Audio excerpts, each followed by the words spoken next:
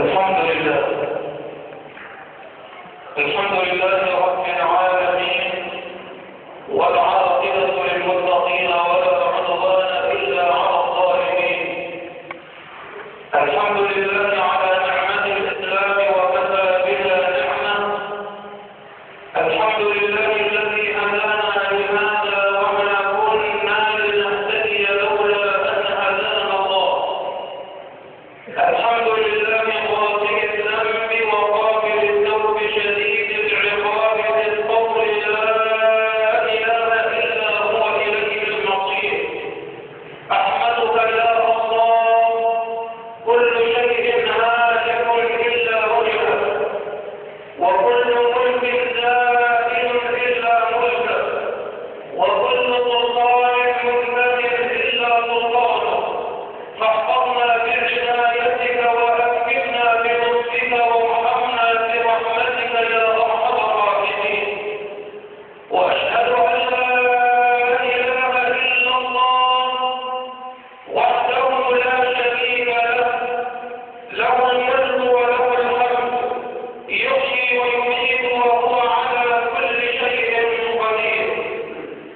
وأشهد أن سيدنا ونبينا وحبيبنا وعظيمنا وأستاذنا ومعلمنا وقدوتنا وأسوتنا وحبيبنا وشفيعنا وسيدنا محمد بن عبد الله، رحمة الله المهداة ونعمة الله المفتاة، السراج المنير، الشفيع المشفع. اللهم صل وسلم وبارك عليه وعلى آله وأحبابه وأصحابه ومن اقتفى أثره واهتدى بهديه واستنى بسنته إلى يوم الدين. ثم أما بعد، أيها الأحبة في الله،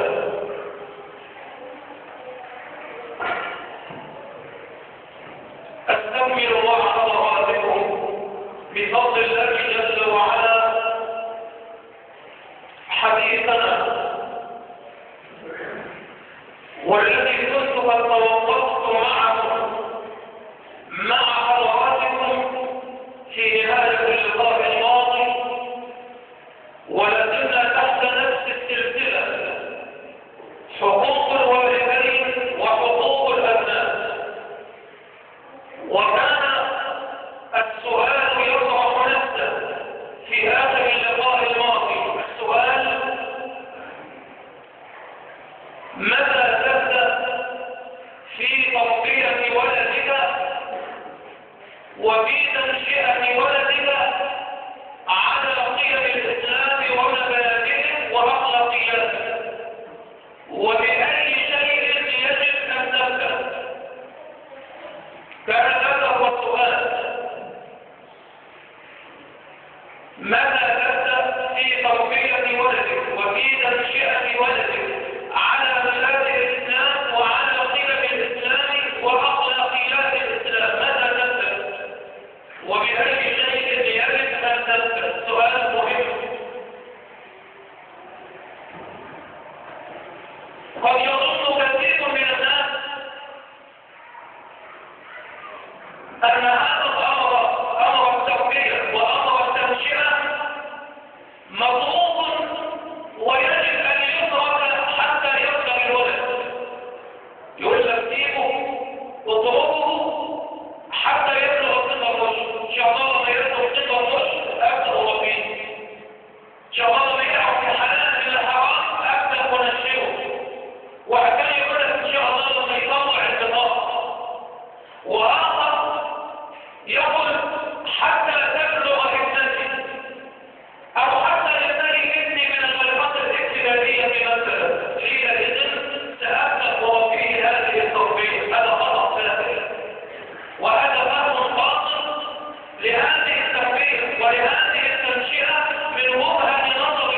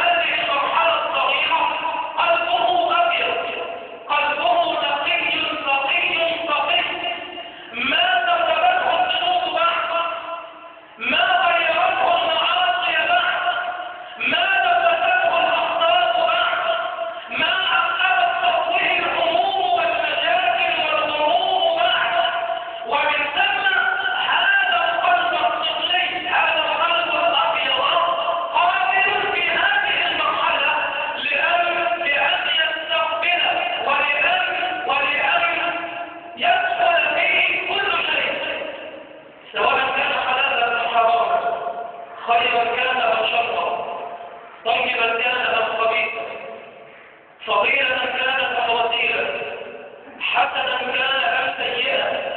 هذا القلب الأبيض، قلب الطفل في هذه المرحلة قابل لأن ينقش عليه كل شيء، لأنه ما زال صفحة بيضاء، قلبا أبيض لا دور أنه صغير. قد يكون صغيرا نعم في السن، لكن بالله عليك هل فكرت كثيرا في أسئلة طفلك الصغير؟ هل فكرت كم مرة أحرجك؟ هل فكرت كم سؤال طرحه عليك وجعلك تلف حول نفسك وتدور حول نفسك ولا تستطيع الإجابة؟ بل أحيانا تأتي بإجابات غير منطقية وغير صحيحة. كم مرة جعلك طفلك ابن 4 سنوات تدور حول نفسك؟ أرجوك أجب على نفسك، كم مرة طفلك في هذه الحالة سريع التقليد، سريع المحاكاة؟ ابن السنتين والثلاثة أحيانا يقلدك ولم تصلي وهو لا يدري وأنت أيضا لا تشعر أحيانا. ابنتك أو ابنتك أخت الفاضلة من الممكن وهي في 4 سنوات أو 5 سنوات تقلدك كأم أو كأخت في لبس الخمار أو الحجاب أو المنوار وهي لا تعي لكنها تقلد. لا تستهين بهذه المرحلة. التربية الصحيحة يجب أن تبدأ من هنا. ولذلك اسمع حديث النبي صلى الله عليه وسلم، الحديث محفوظ لكنه يبين لنا مدى خطورة هذه المرحلة ومدى خطورة وتأثير الوالدين البالغ في هذا السن، في سن البدايات. يعني تترك ابنك حتى الفطر يترعرع وينمو، دعه يتمتع بطفولته ويلعب طول الوقت، وان شاء الله حينما يبلغ 16 عاما ستربيه، سيب يعيش حياته. قال صلى الله عليه وسلم: كل مولود يولد على الفطرة، كل مولود يولد على الفطرة. فطرة ماذا؟ فطرة الله التي فطر الله عليها، فطرة التوحيد، فطرة العبودية الحقة لله جل وعلا، فطرة الإخلاص، فطرة الحياة، فطرة الوحدانية لله، فطرة التدين، فطرة الإسلام. كل مولود يولد على الفطرة. لكن تبقى المشكلة بعد هذا في لحظة الولادة مفيش مشكلة. فلعلي أقول حتى داخل الأسرة المسيحية أو النصرانية بالاسم الصحيح أو داخل الأسرة اليهودية، حينما يولد الطفل في وسط هذه الأسرة يولد على الإسلام، يولد على التدين، يولد على التوحيد الخالص لله جل وعلا. هذا كلام النبي المصطفى. ثم قال عليه الصلاة والسلام: وأبواه يهودانه أو ينصرانه أو يمجسانه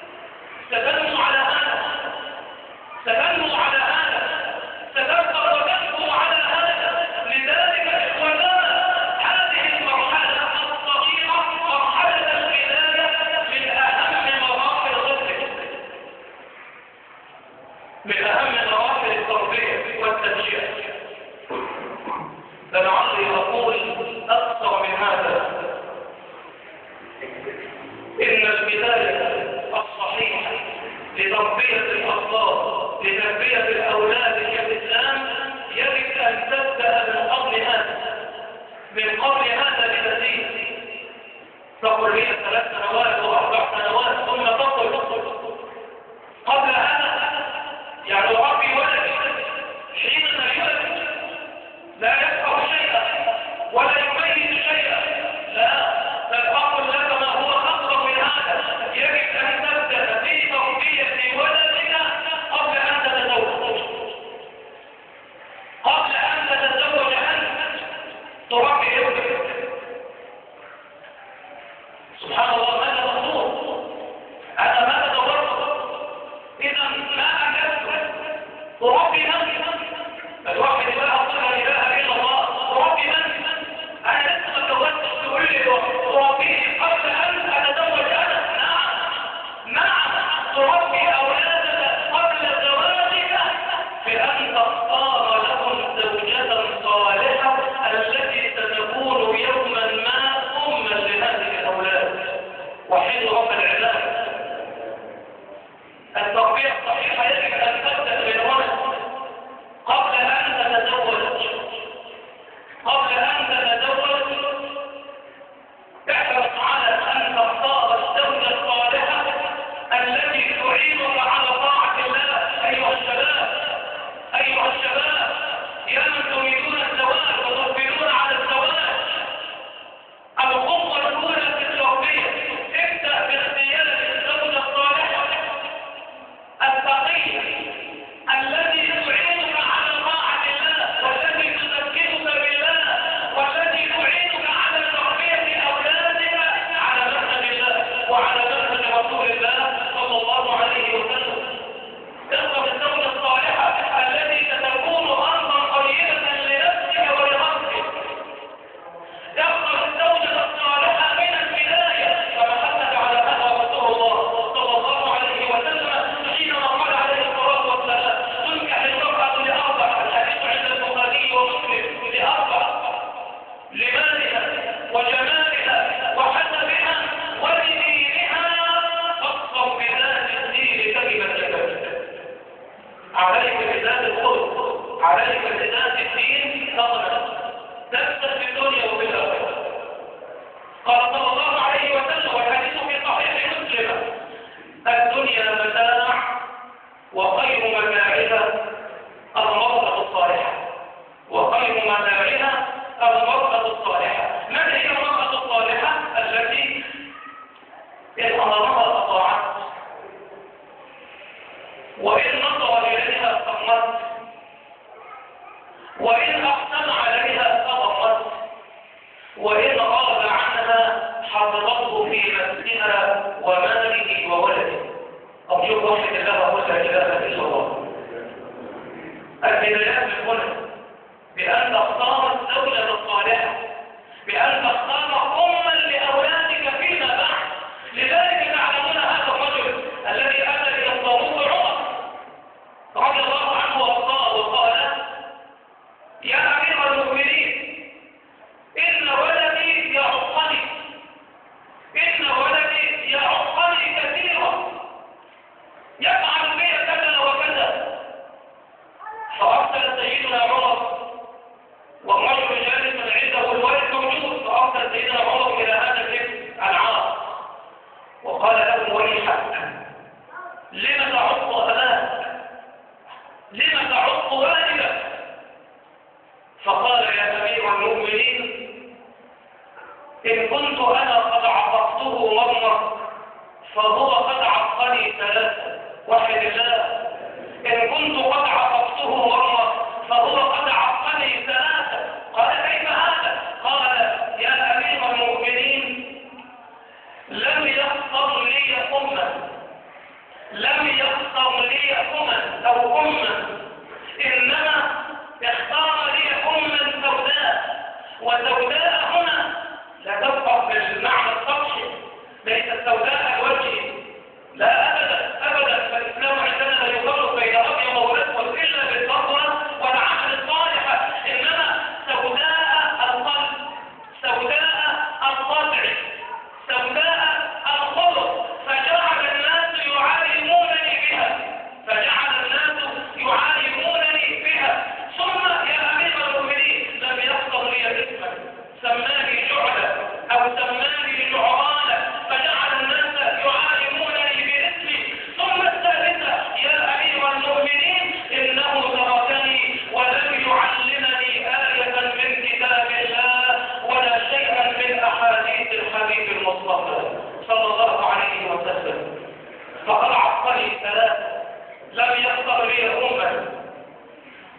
يختر لي اسما ولم يعلمني شيئا من كتاب الله ولا شيئا من أحاديث رسول الله صلى الله عليه وسلم، فأصلح بينهما سيدنا عمر ثم قال لهما اذهبا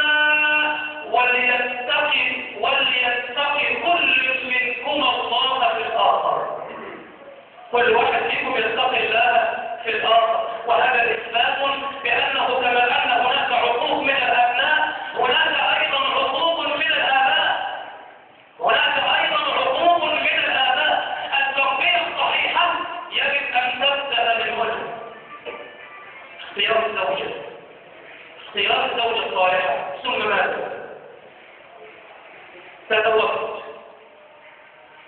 أنجبت، بلغ ابنك 3 سنوات 4 5 6 سنوات، ابدأ في التربية. نعم لا بأس من اللعب، لا أدنى مشكلة، لاعب وتبع لا بأس، لكن ابدأ هنا في التربية الصحيحة. والبداية تخيلوا، وربما تتعجبوا معكم، قلت لكم أن البداية يجب أن تبدأ بتربية الأولاد في هذا السن بأن تغرس فيهم العقيدة الصحيحة، العقيدة الصحيحة السليمة قبل كل شيء. ربما يتخيل البعض أن البداية يجب أن تركز على العبادات أو على الأخلاقيات، هذا مطلوب، العملية متكاملة متضامنة، لكني أقولها أول ما يجب أن تبدأ به وتشغل نفسك به مع ابنك الصغير أن تعلمه العقيدة الصحيحة. هذا ليس بدعة، وهذا ليس كلامي أنا ولا منهجي أنا، هذا منهج الحبيب صلى الله عليه وسلم. قال عليه الصلاة والسلام، والحديث عند الإمام أحمد والترمذي بسند صحيح من حديث عبد الله بن عباس رضي الله عنهما قال: كنت خلف النبي صلى الله عليه وسلم يوما ما. نبي الكلام سيدنا عبد الله بن عباس: كنت خلف النبي صلى الله عليه وسلم يوما ما، أي على حمار أو على دابة مع النبي عليه الصلاة والسلام، فقال لي المصطفى، اسمع، فقال لي المصطفى: يا غلام. وغلام في اللغة بمعنى طفل صغير لم يبلغ الحلم، طفل صغير لم يبلغ الحلم بعد. يا غلام إني أعلمك كلمات، يا غلام إني أعلمك كلمات، احفظ الله يحفظك، احفظ الله تجده تجاهك. إذا سألت فاسأل الله، وإذا استعنت فاستعن بالله، واعلم، يقول الكلام ده يا جماعة طفل صغير غلام صغير، واعلم أن الأمة لو اجتمعت على أن ينفعوك بشيء لن ينفعوك إلا بشيء قد كتبه الله لك، وأن الأمة لو اجتمعت على أن يضموك بشيء لن يضموك إلا بشيء قد كتبه الله عليك، رفعت الأقلام وجفت الصحف. صل على الحبيب صلى الله عليه وسلم. يا غلام، طفل صغير خلف النبي: إني أعلمك كلمات، كلها في العقيدة، في مجملها تركز على العقيدة. إني أعلمك كلمات، احفظ الله يحفظك، حافظ على حدود الله وأوامر الله ونواهي الله ومحارم الله، يحفظك الله. احفظ الله تجده تجاهك، تجد الله أمامك ومعك، لا يتخلى عنك، لا يفضلك. إذا سألت فاسأل الله، تجد العقيدة. إذا سألت فاسأل الله، لا تسألن بني آدم حاجة وسل الذي أبوابه لا توصل، الله يغضب إن تركت سؤاله، وبني آدم حين يسأل يغضب. إذا سألت فاسأل الله، وإذا استعنت فاستعن بالله. لا تذهب إلى الأضرحة، لا تتمسح بالأضرحة، لا تتمسح بقبور الأولياء أو الصالحين، أو تشد محالة إلا إلى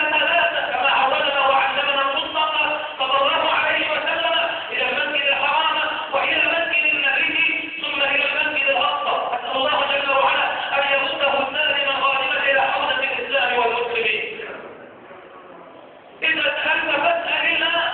هذه هي العقيدة التي يجب أن نغرسها في ابنك من الصغر. قالها النبي لغلام صغير: إذا سألت فاسأل الله.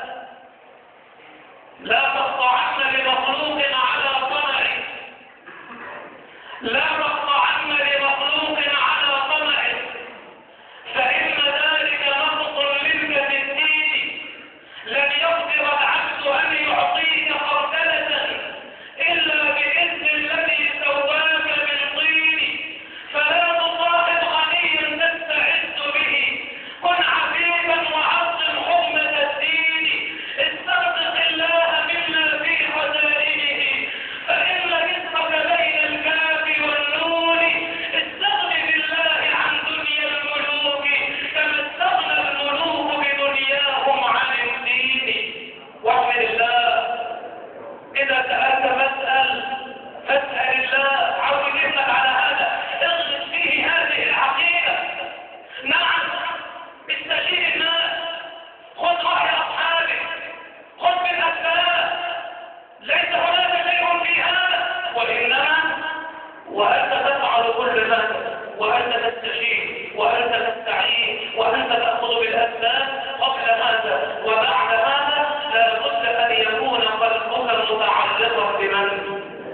بالله جل جلاله، مش بالأسباب، مش بصاحبك، مش برئيسك في العمل، مش بمدير الحسابات، أبدا. قلبك يجب أن يكون متعلقا ثقة ويقينا في مسبب الأسباب جل جلاله. إذا سألت فاسأل الله، وإذا استعنت فاستعن بالله. واعلم أن الأمة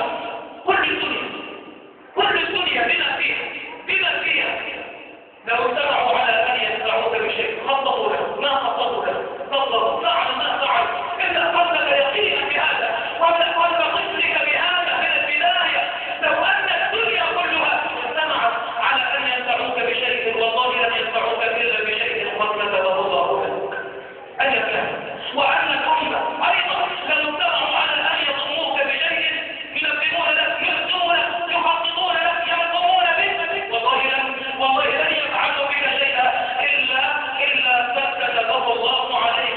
لذلك قال المصطفى بعدها: ورفعت الأقلام وجفت الصحف. صل على النبي المصطفى. هذه هي العقيدة التي يجب أن نملأ بها قلوب أطفالنا وأبنائنا في هذا السن الصغير. قالها النبي لهذا الغلام الصغير: لأنك إن ربيت ولدك، إذا غرست في ولدك الصغير مثل 6 سنوات و5 و7 سنوات من البداية هذه العقيدة الصحيحة،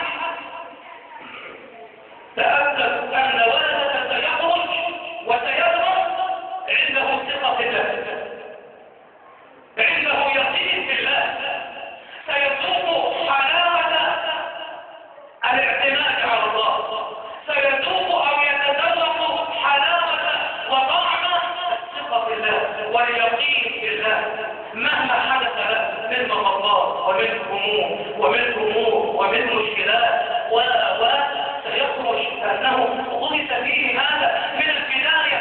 سيمتلئ قلبه حبا في الله وحبا في الله وثقة في الله واعتمادا على الله واستعانة بالله وتوكلا على الله جل وعلا. فيكون شابا يستطيع أن يسعد نفسه ويسعد أهله ويسعد مجتمعه، بل ويسعد أمته. وحد الله قل لا إله إلا الله. هذه العقيدة الصحيحة التي يجب أن نضغط في أطفالنا.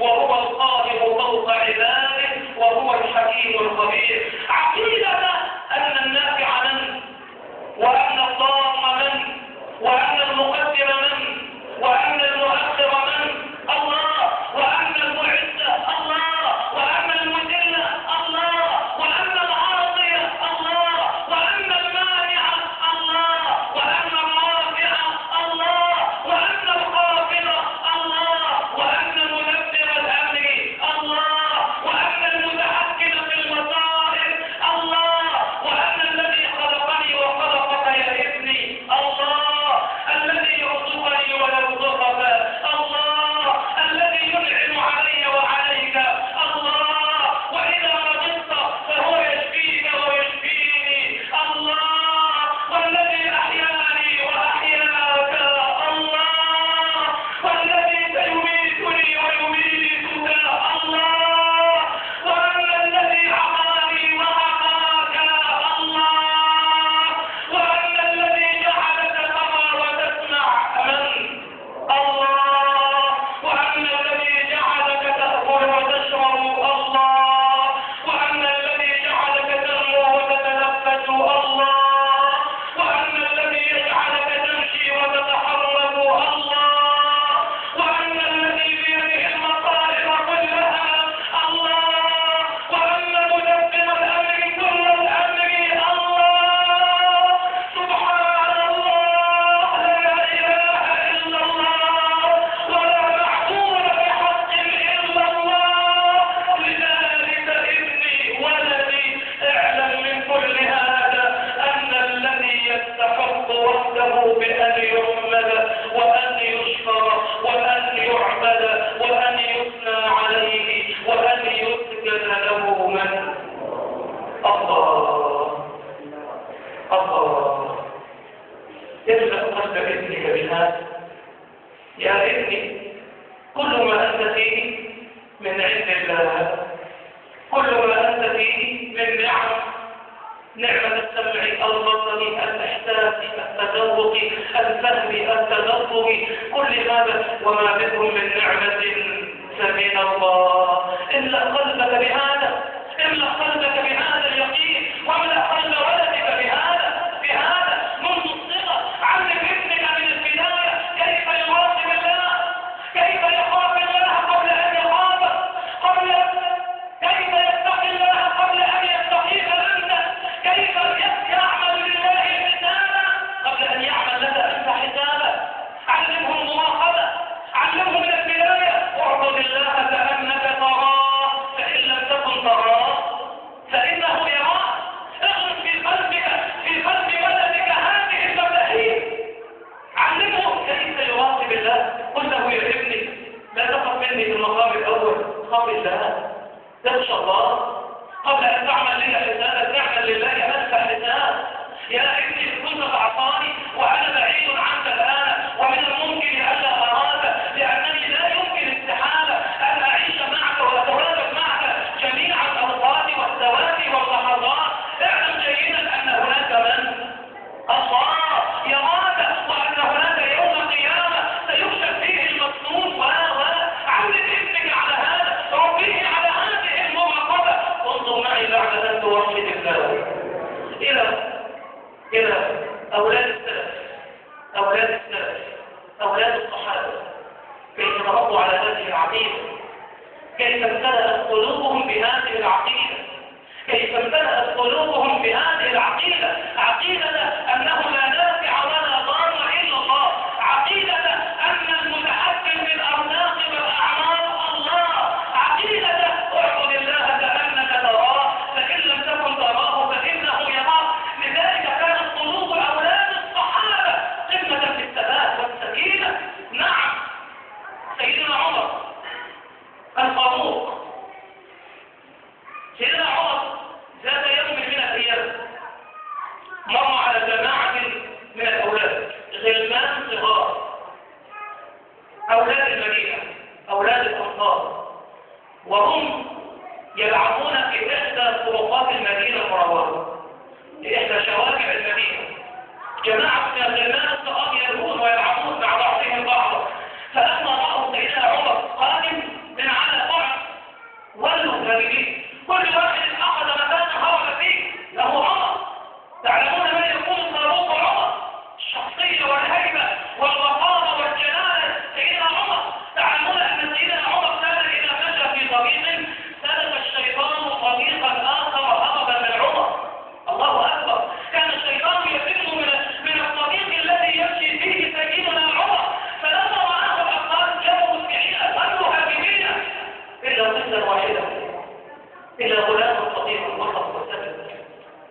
فسعد به سيدنا عمر، أقبل إليه وقال له: لما انطلق معهم أيها الغلام؟ اشمعنى أنت يا أخي؟ كلهم ودوا إلا أنت، لماذا لم ترفع مع الهاجمين؟ فقال: العقيدة الكريمة الصحيحة ثابتة التي ملأت جنبات القلب. فقال الغلام الصغير: والله ما كنت مذنبا حتى أخاف منك يا أمير المؤمنين. ده بيتكلم فيه يا جماعة، ده مش خليفة الجمهورية معتصم، لا، ده أمير المؤمنين. ده بيتكلم خليفة الدولة الإسلامية كلها، العالم الإسلامي كله، سيدنا عمر في هذا الوقت. فقال له: والله ما كنت مذنبا، ما عنديش حق، والله ما كنت مذنبا لكي أهرب وأخاف منك يا أمير المؤمنين. ثم وما كان الطريق ضيقا حتى أوسع على الصحوات يا حبيبي. والله ما كان الطريق ضيقا حتى أوسع لك، فكيف أخافك وأنا لا أخشى إلا الله. الله على خير السلف، الله على التوفيق، الله على العقيدة التي ملأت القلب. الله أكبر. ما كنت مذنبا لأخاف وأخاف منك يا أمير المؤمنين. وفي نفس الاحترام ما قاله يا هذا، ما قال له: والله ما كنت مذنبا حتى أخاف منك يا سيدي أيها الرجل يا عم الحاج. إنما يا أمير المؤمنين احترام أيضا. وما كان الطريق ضيقا حتى أوسع لك، فكيف أخافك وأنا لا أخشى إلا الله جل وعلا. نسلم جميعا من قول لا إله إلا الله ومن الصلاة والسلام على سيدنا رسول الله التائب من الذنب كما لا ذنب له، أو كما قال قدر الله.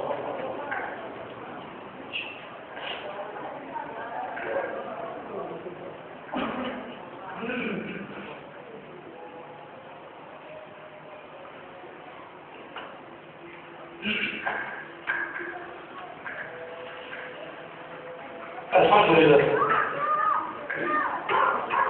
لله وكفى، وسلام على عباده الذين اصطفى، واشهد ان لا اله الا الله الملك الحق المبين، واشهد ان سيدنا ونبينا وحبيبنا وعظيمنا واستاذنا محمد رسول الله الصادق الوعد الامين. اللهم صل وسلم وبارك عليه وعلى اله واصحابه اجمعين، ثم اما بعد. احبتي في الله، نعم، يجب أن تثبت.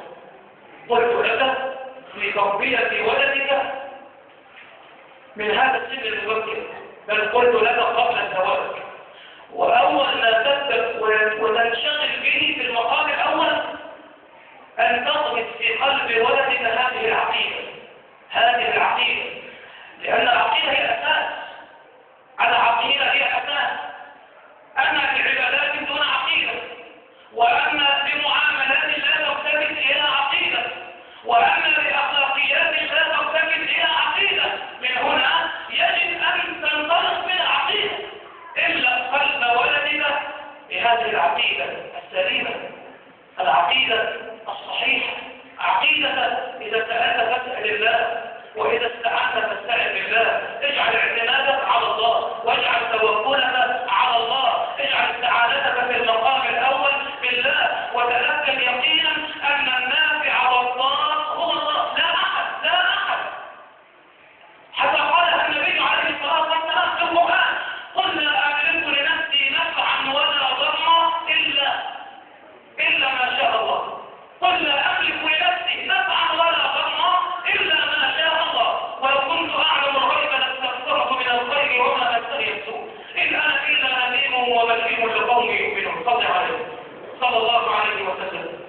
نعم، هذه العقيدة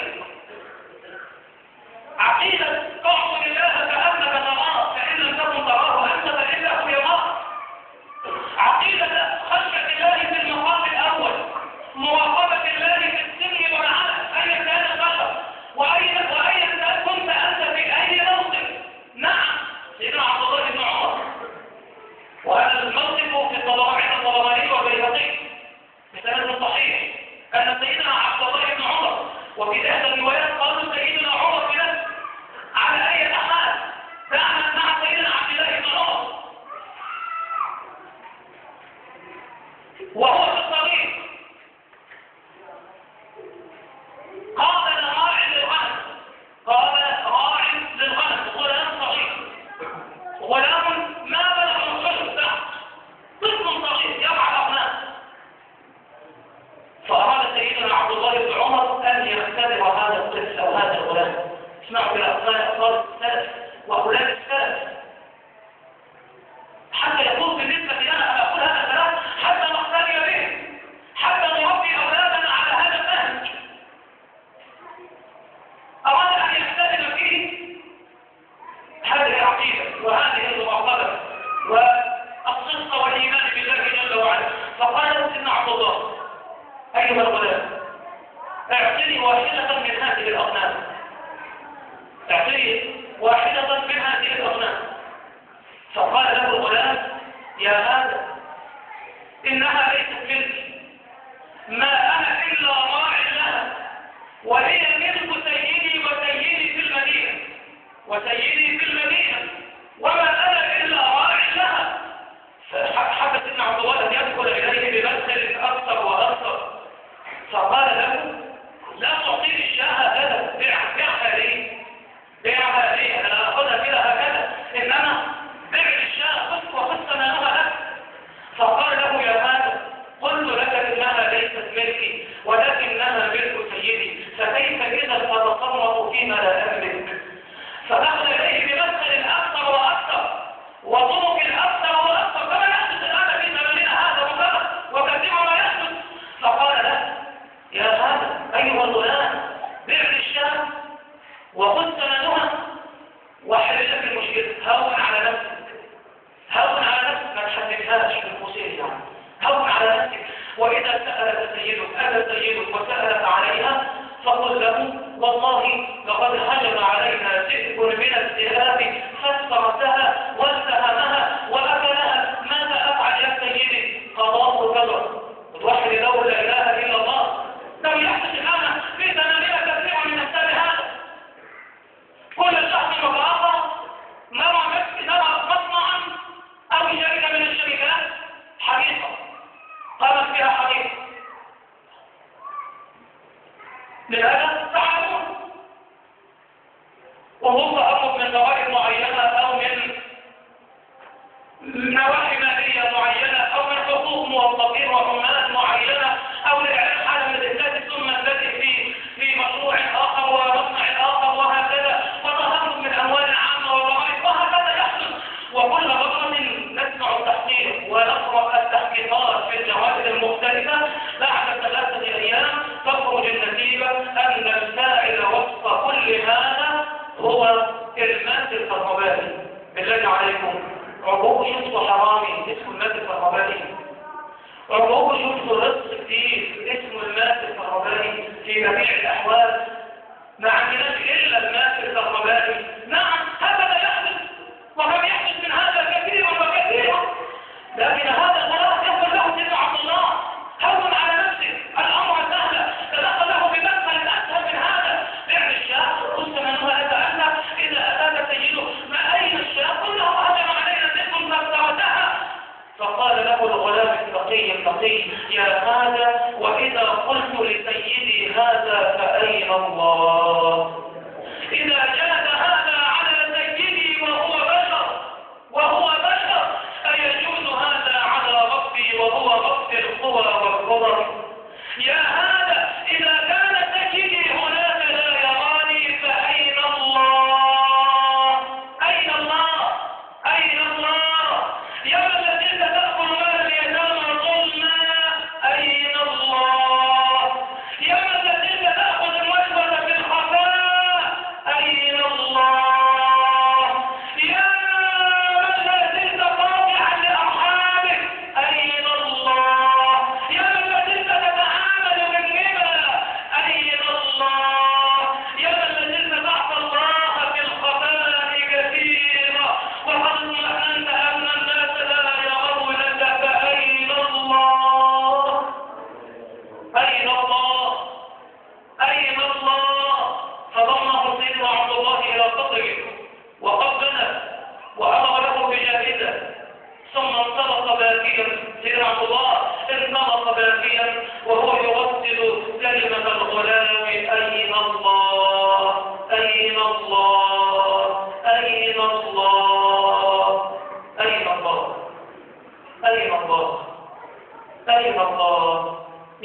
عاصيا لله، أين الله؟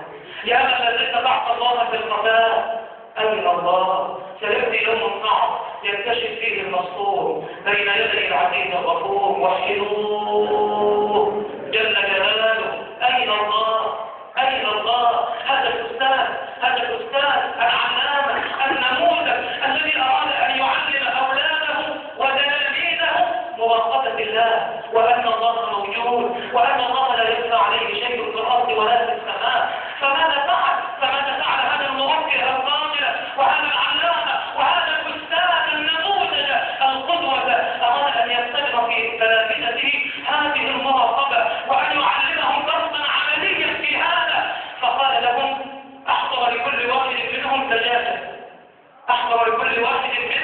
دجاجة، وقال لهم: الذي يستطيع فيكم أن يأخذ هذه الدجاجة ويذبحها في مكان لا يراه فيه أحد من الناس، له جائزة كبرى.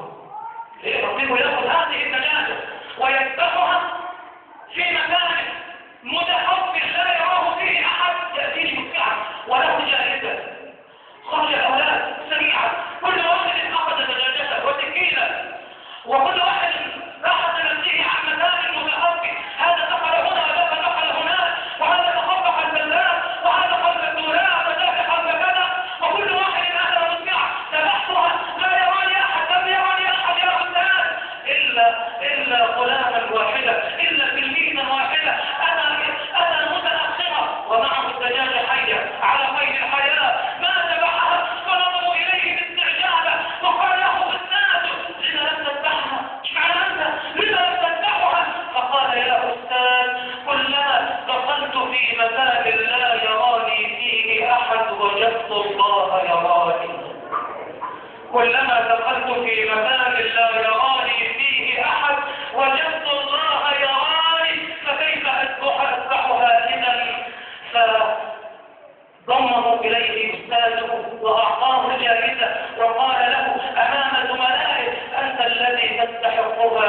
ثم تلا عليهم جميعا قول الله جل وعلا: ألم تر أن الله يعلم ما في السماوات وما في الأرض، ما يكون من نجوى ثلاثة إلا هو رابعهم، ولا خمسة إلا هو سادسهم، ولا أدنى من ذلك ولا أكثر إلا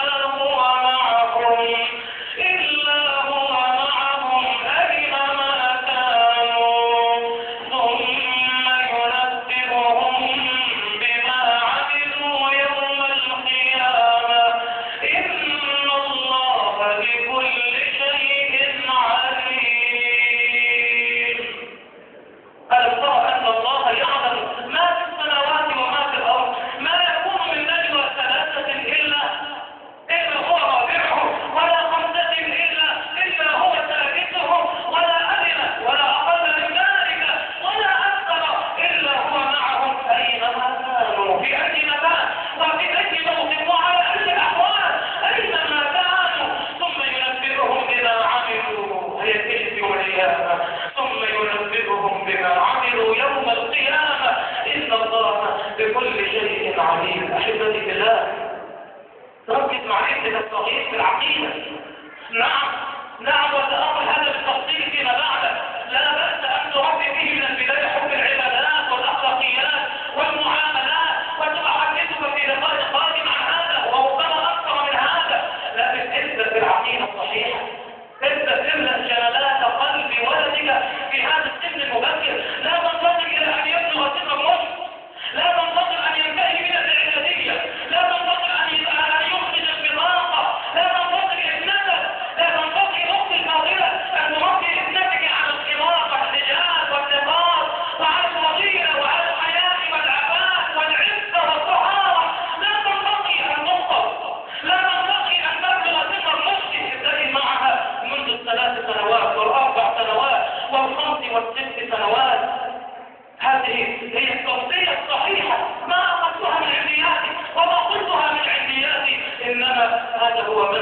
الحبيب صلى الله عليه وسلم. أقول قولي هذا وأستغفر الله لي ولكم ولكافة المسلمين. أسأل الله العلي الأعلى أن يجعلني وإياكم من عباده الذين يستمعون القول فيتبعون أحسنه. اللهم اجعلنا من عبادك الذين يستمعون القول فيتبعون أحسنه. اللهم حبب إلينا الإيمان وزينه في قلوبنا. اللهم كره إلينا الكفر والفسوق والعصيان. اللهم اجعلنا ربنا من عبادك الراشدين. اللهم اهدنا واهد بنا واجعلنا سببا لمن اهتدى. اللهم إنا نسألك القبول والإخلاص في القول والفعل والعمل. اللهم إنا نسألك العفو والعافية والمعافاة الدائمة في الدين والدنيا والأهل والآخرة. اللهم إنا نسألك أن تفرج همومنا. اللهم فرج همومنا. اللهم نفس همومنا. اللهم أزل غمومنا. اللهم اقض حاجتنا. اللهم تقبل توبتنا. اغسل حوبتنا. اللهم اشف مرضانا. ارحم موتانا. اصلح احوالنا. اللهم يسر لنا امورنا. اللهم بارك لنا في ارزاقنا. اللهم اهد اولادنا. اللهم اهد اولادنا. اللهم اهد نساءنا. اللهم اهد زوجاتنا.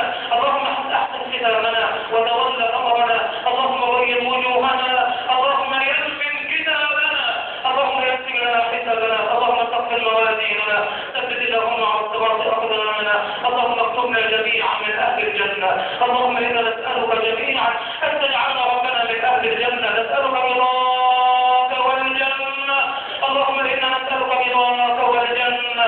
نعوذ بك من سخطك والنار. ربنا آتنا في الدنيا حسنه وفي الاخره حسنه وقنا عذاب النار. واقم الصلاه.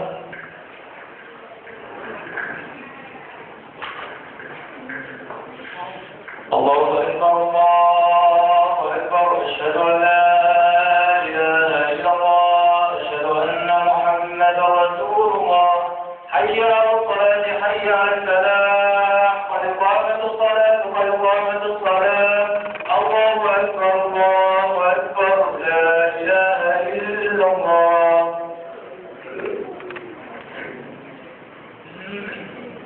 استقيموا واستووا تراصوا واعتدلوا. اعلموا ان تسويه الصف من اقامه الصلاه. صلوا صلاه وارجعوا. يرحمني ويرحمكم الله. الله اكبر.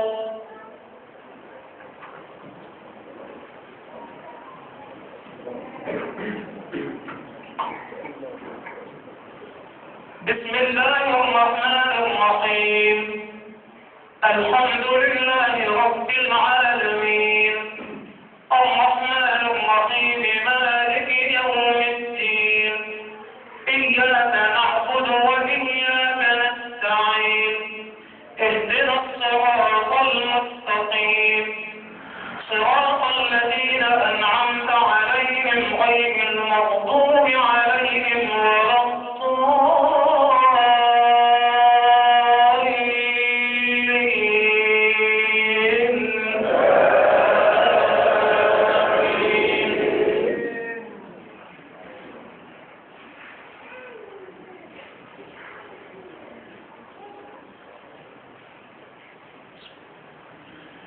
سبح لله ما في السماوات والأرض وهو العزيز الحكيم. له ملك السماوات والأرض يحيي ويميت وهو على كل شيء قدير. هو الأول والآخر والظاهر والباطن وهو بكل شيء عليم. هو الذي خلق السماوات والأرض في 6 أيام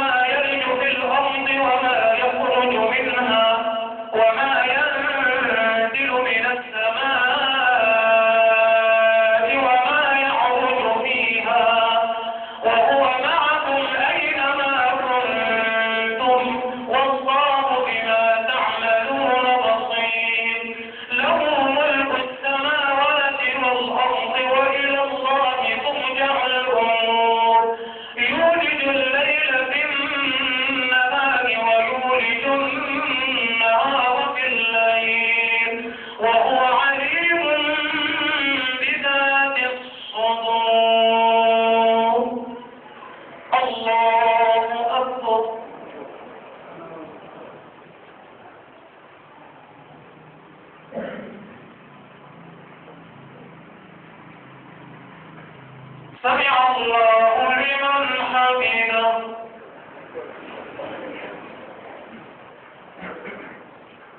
الله أكبر.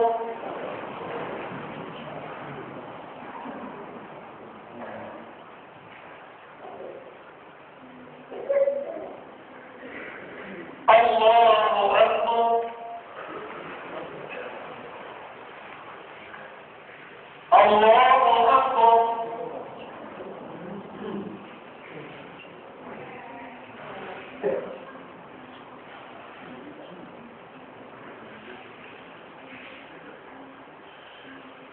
الله أكبر.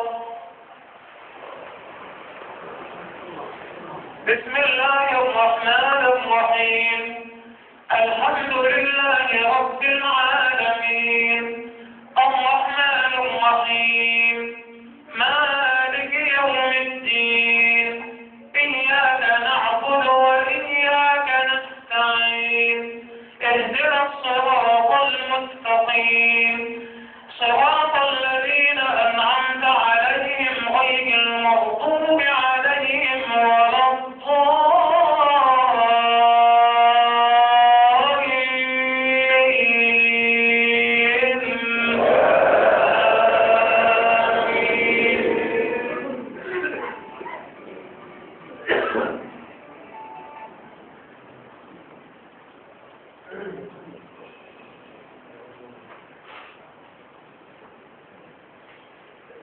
ألم تر أن الله يعلم ما في السماوات وما في الأرض ما يكون من نجوى ثلاثة إلا هو رابعهم ولا خمسة إلا هو سادسهم ولا أدنى من ذلك ولا أكثر إلا هو معهم أينما كانوا ثم ينبئهم بما عملوا يوم القيامة إن الله بكل شيء عليم.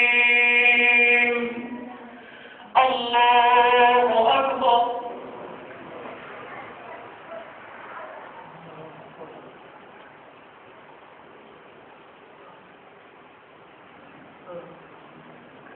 سمع الله لمن حمده.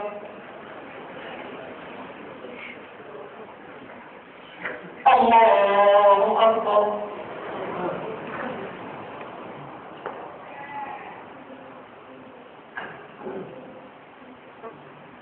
الله أكبر.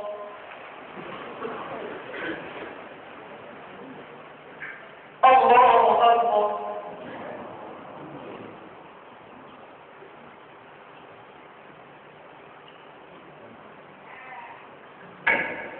الله أكبر.